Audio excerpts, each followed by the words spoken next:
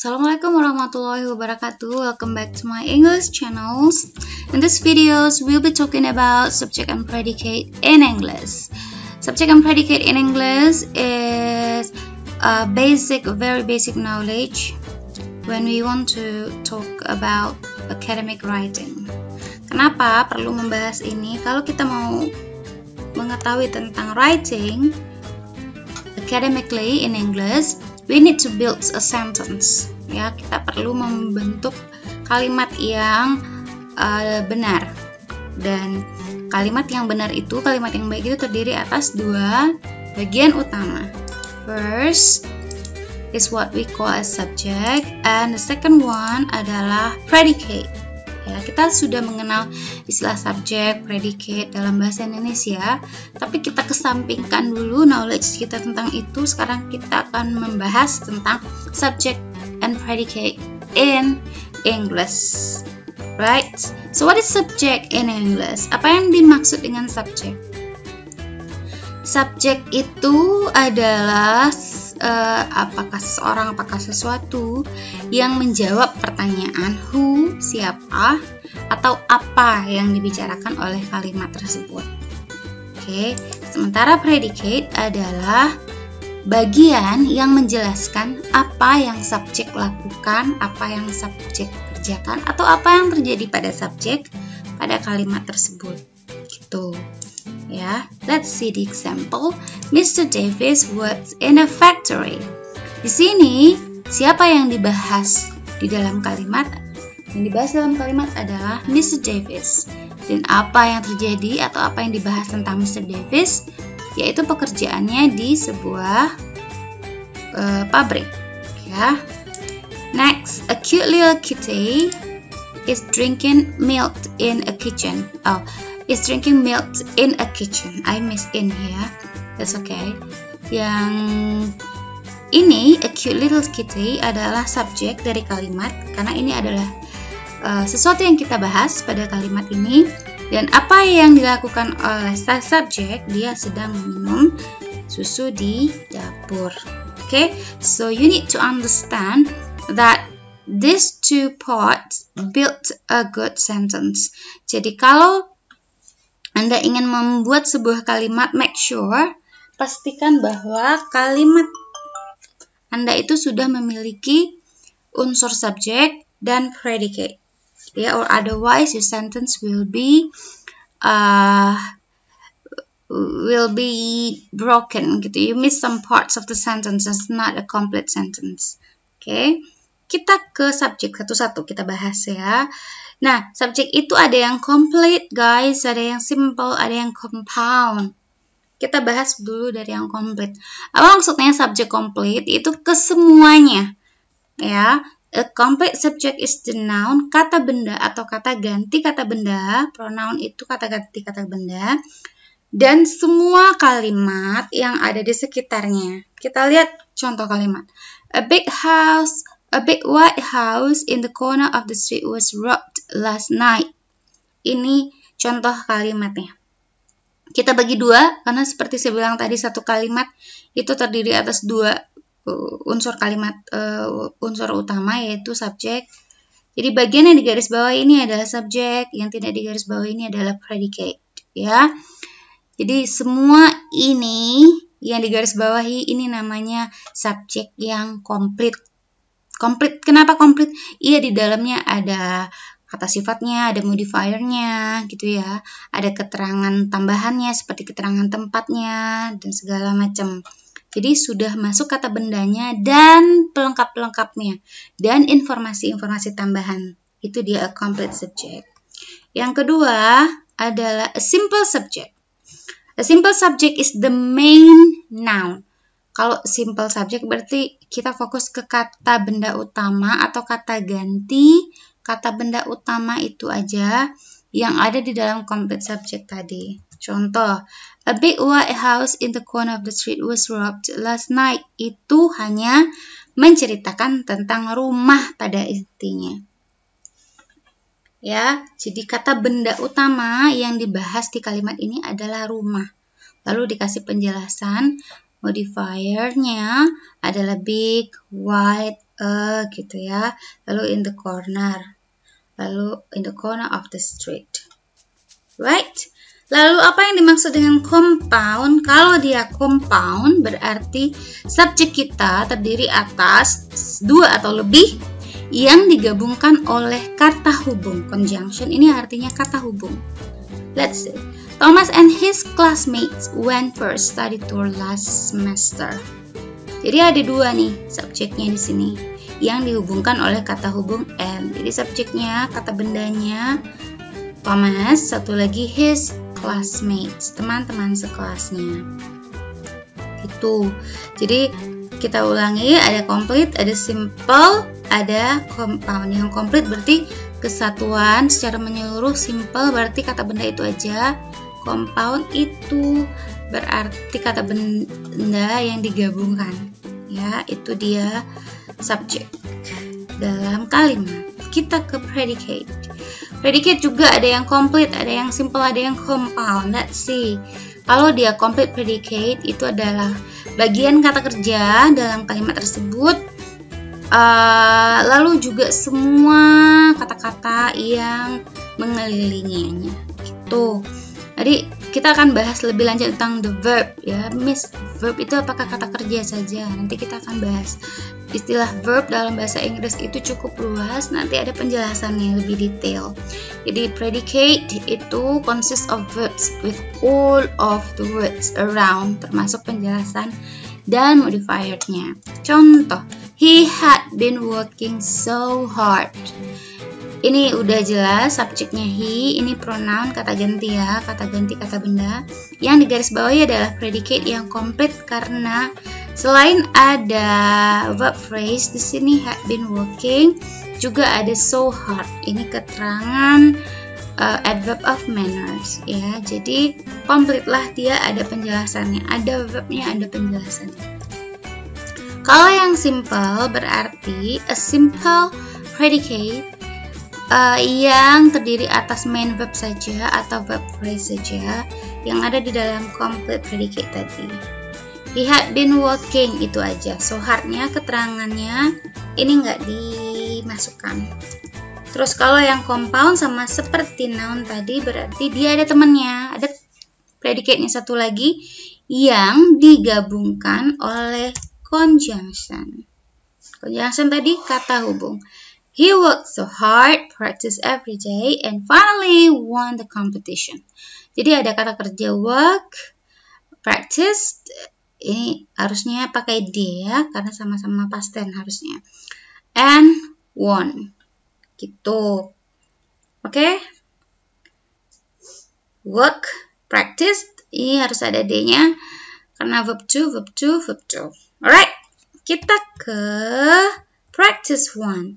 Circle the subject and underline the predicate. Lingkari subjeknya dan garis bawahi predicate-nya. Contoh, a swarm of bees was buzzing around the hive. Alright. Ini adalah subjek, ini adalah predicate. Kita lihat a swarm of bees, ini adalah subjeknya, lalu yang predicate kita underline. Ini adalah complete subject, complete predicate. So it's quite easy. So you just need to continue to do the exercise until number 5, and you can do it in your exercise paper at home. Oke, kita ke form of subject. Di form of subject, guys, we need to know bahwa yang membentuk sebuah subjek itu ada kata benda namanya, ada noun phrase namanya, ada pronoun namanya, ada to infinitive juga, dan terakhir gerund. Oke, kita ke kata benda, which is very familiar. Kata benda itu macam-macam, ada yang single, ada yang double, ya lebih dari satu, singular, plural. Terus juga ada yang abstrak, seperti love, emotion, nggak bisa dilihat, ya. Contoh, the phone is ringing, berarti ini singular dan sifatnya non-abstrak ya. Because you can see the thing. Right? Terus Billy fixed his car. Ini adalah kata ganti kata benda ya. Bukan, ini adalah kata benda yang berupa orang ya. Terus Water is dropping from the roof. Ini adalah kata benda juga, sifatnya singular. Love is blind, ini kata benda juga, tapi abstrak. Because you can't see, but you just can feel it. Terus ada noun phrase, everybody. Kalau yang namanya phrase itu berarti udah lebih dari satu susunannya, katanya, tetapi membentuk satu makna. Contoh, a rich man just bought a new car. A rich man ini satu kesatuan dia, karena rich ini berfungsi dan artikel a di sini berfungsi untuk memodify kata benda man. Jadi seorang laki-laki yang kaya. Oke, jadi noun phrase. Jadi subjeknya itu kata benda yang terdiri atas gabungan kata benda. Contoh lain apa, Miss? Contoh lain seperti the big old tree has been cut off. The big old tree. Oke, jadi semua kesatuan ini membentuk satu makna atau mengacu kepada satu benda saja. Itu dia noun phrase, guys. Satu lagi, guilty feeling made her cry. Right, guilty feeling adalah noun phrase, dua kata tapi mengacu kepada satu hal. Oke, itu dia subjek kita yang berupa noun phrase. Berikutnya kita akan bahas apa itu pronoun. Pronoun adalah kata ganti kata benda yang sering kita pakai dalam bahasa Inggris. Ada I, you, they, we, he, she, it. Ya, like I went to Tokyo last month. They can't see each other. She always helps people in need and bla bla bla bla. Berikutnya adalah to infinitive, kata kerja yang diawali oleh to, seperti kata kerja ya, tapi dia menghasilkan makna yang dalam kalimat tersebut mempunyai peran sebagai kata benda. Contoh, to love somebody needs sacrifice. Di sini to love bukan sebagai kata kerja, dia sebagai subjek ya dari kalimat ini. Oke, to love somebody sebenarnya kesatuannya subjek seperti ini, tetapi dia membentuk kata benda meskipun secara lahiriahnya literally dia seperti kata kerja, but the function in the sentence is noun. Berikutnya contohnya, to forget the past is what you need.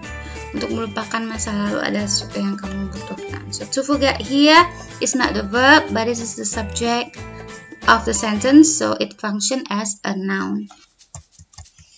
Terakhir guys adalah kata kerja dalam bentuk verb ing. Ini dia. There's nothing to do with present continuous atau continuous tense. Verb ing di sini menghasilkan makna sebagai noun atau kata benda. Contoh, loving you makes me happy. Lalu traveling is banned during the pandemic. Ya, jadi loving, traveling misalnya, ini bukan berarti dia sedang melakukan sesuatu, in progressing of something, tapi dia merupakan kata benda dari sebuah kalimat dan sebagai subjek. Right, itu dia yang membentuk subjek kita. Lalu apa yang membentuk verb? Nah, seperti tadi saya akan menjelaskan verb dalam bahasa Inggris tidak bisa hanya diartikan semata-mata sebagai kata kerja. Karena verb itu pembagiannya ada auxiliary verb, terus ada main verb. Juga auxiliary verb ini artinya kata kerja tambahan atau kata kerja pembantu. Oke, kalau main verb artinya kata kerja utama. Auxiliary verb terdiri atas modal auxiliary yang sudah pernah Anda pelajari juga. Terus ada to be. Ya, you know what is to be.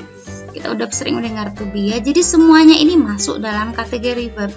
So when we talk academic writing, kita harus mengenal istilah-istilah. Kalau saya bilang subject, predicate, verb. Jadi verb di sana tidak berarti hanya kata kerja tok, tetapi juga bisa berarti modalnya masuk di sana, masuk to be-nya juga atau main verb. Nah, kita lihat modal auxiliary itu ada will, can, should, may, must, and many others ya. Terus kalau to be yang sudah Anda pelajari ada be saja, misalnya will be. Lalu ada SMR, ini untuk present continuous. Ada was, were, ini untuk past continuous. Ada have, has, ini untuk present perfect. Ada being, ya, biasanya dipakai di kalimat pasif atau present perfect continuous. Oh no, kalimat pasif ya. Lalu been juga kalimat pasif. Do, does ini present simple. Did past tense. Has, have, had. Ya, had ini saya lupa terakhir. Ini past perfect.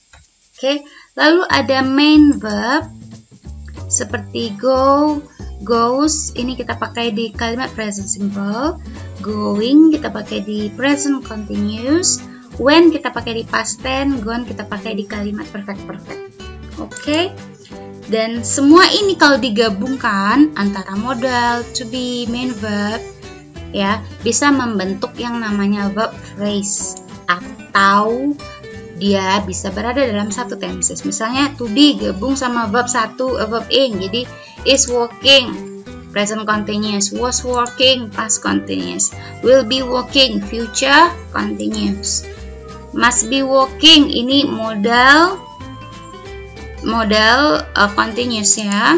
Terus ada have work ini present perfect, had work past perfect, have been work ini adalah pasif past perfect ya, yang pasifnya, right. Terus have been working ini present perfect continuous. Alright everybody, I hope you understand. Okay, we go on to the practice 2. You just need to write sentences by using, tolong dibuat kalimat-kalimat menggunakan subjek dengan kata benda, subjek dengan noun phrase, subjek dengan pronoun, dengan infinitive dan dengan gerund. Jadi buatnya kalimat ya, tapi kalimat dan itu nanti ada 5 kalimat tapi menggunakan subjek dengan bentuk kata benda, dengan bentuk subjek yang berbeda-beda. Terus juga seperti itu, bikin 5 kalimat lagi menggunakan verb phrase ini, R-nya lupa. Itu practice 2. Oke? Kita ke subject with unusual order. Ada questions, ada comment, ada inverted sentence, ada sentence beginning with the word here or there. Jadi kalau tadi urutannya dalam kalimat itu subjek dulu, baru verb ya. Ada penempatan subjek dan verb ini tidak seperti itu. Bisa jadi verbnya dulu, baru subjeknya dulu, atau setengah verb, subjek, lalu setengah lagi verb. Gitu bisa. Ya, dan semua itu ada dalam 4 kategori ini. Kita lihat kategori yang pertama, questions. In most questions, ya, the subject comes after the verb or between parts of the verb phrase.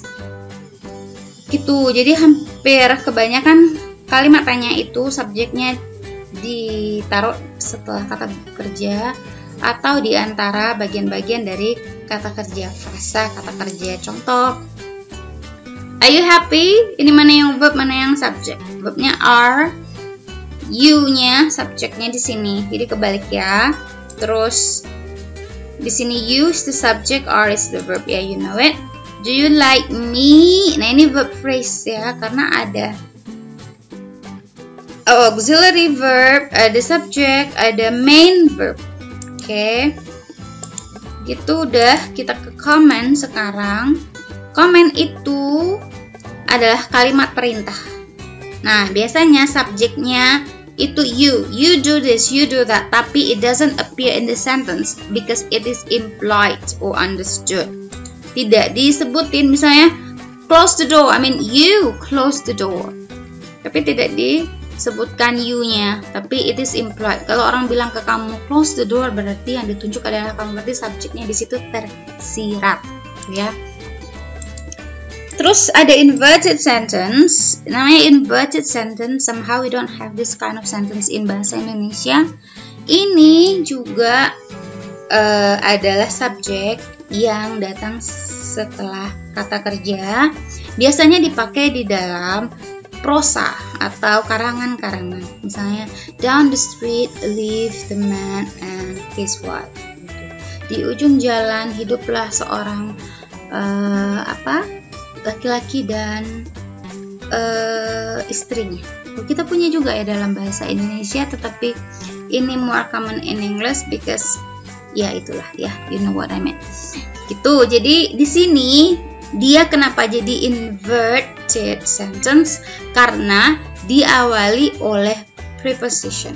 Jadi prepositionnya dulu gitu ya. Inverted sentence ini there are many kinds of inverted sentence guys. Salah satunya muncul karena diawali oleh preposition. Jadi dia juga bisa muncul dalam conditional sentence nanti, but there's too much if we talk about that.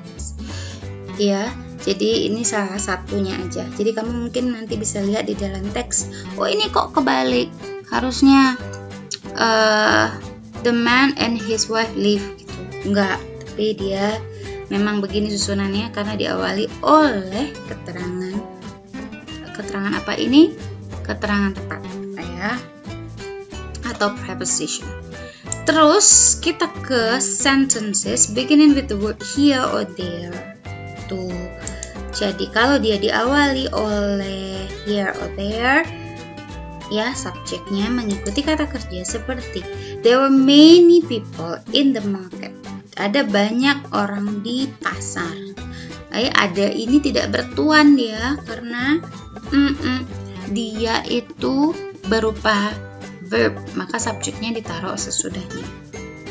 Jadi verbnya were, subjeknya many people, there-nya bukan subjek. Ya, jadi jangan menganggap there, this, that itu sebagai subjek, bukan.